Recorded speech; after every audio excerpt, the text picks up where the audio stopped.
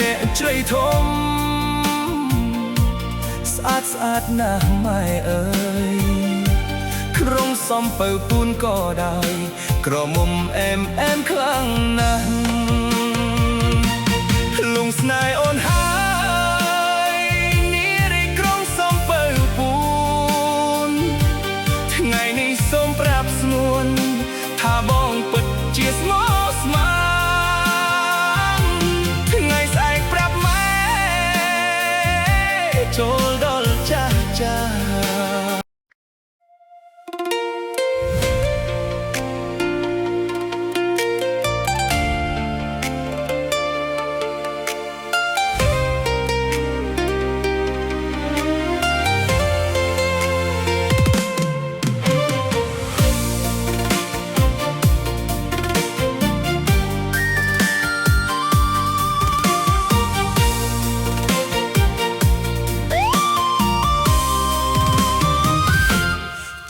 តាំងពី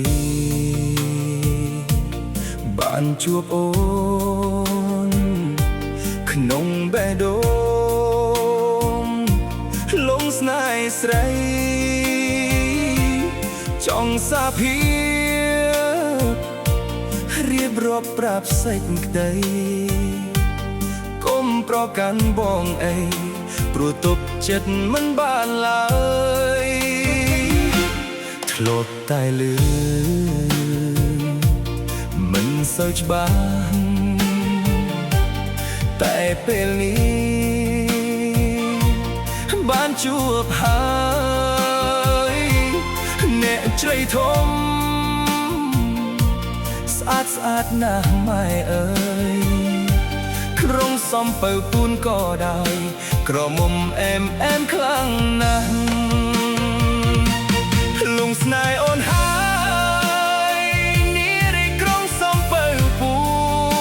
នថ្ងៃនេះសូមប្រាប់ស្មួនថាបងពិតជាស្មោះស្ម័គ្រថ្ងៃស្អែកប្រាប់ម៉ែចូលដល់ចាស់ដណ្ដឹងអូនអ្នករៀបការបាល់ភពទាំងបី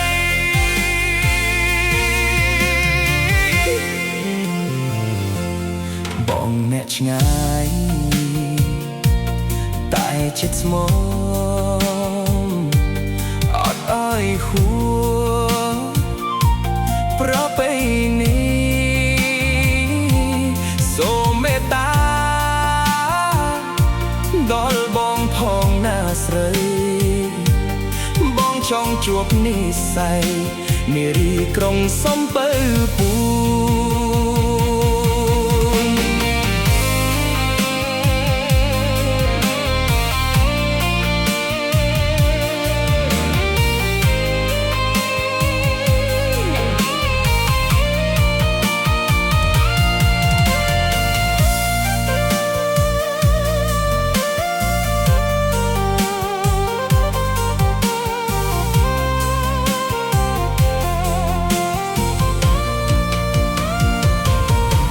ស្នេហ៍អូនហើ